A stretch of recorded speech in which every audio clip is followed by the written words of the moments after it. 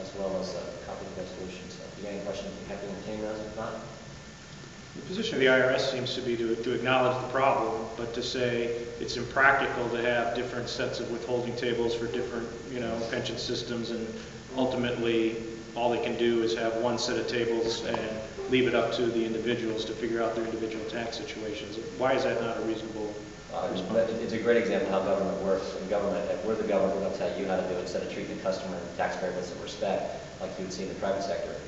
It's sort of a, do it our way, or take it or leave it kind of approach. We'd like to, as Congressman Tiberi pointed out, allow the withholding that was taking place prior to continue for retirees. That's simpler than having every individual retiree contact their returns to their employer and make that change. But we'll see if we can get some action from the IRS. And let me just add one other point to that, Mark. You've got that view, and then you have another view that Jim supports as well.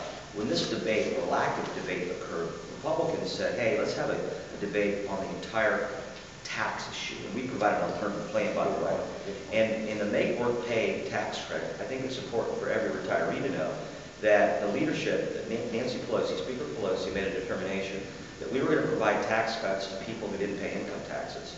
But we weren't going to provide tax cuts to people who were earning income, even though it was unearned income. And that is our retirees of the state.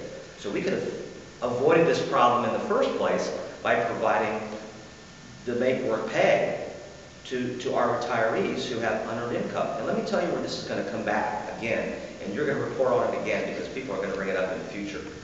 There are two Democrats on Capitol Hill who have introduced legislation called cap and trade.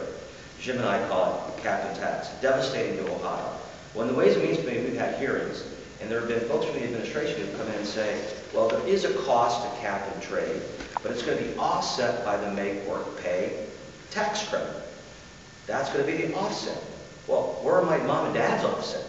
Where are my mother-in-law's offset? Because they're not getting a tax cut through make work pay. They're part of that 5%, which I think is pretty low, of people in America who did not get a tax cut, even though they pay taxes. My dad just filed, wasn't a very happy camper on April 15th.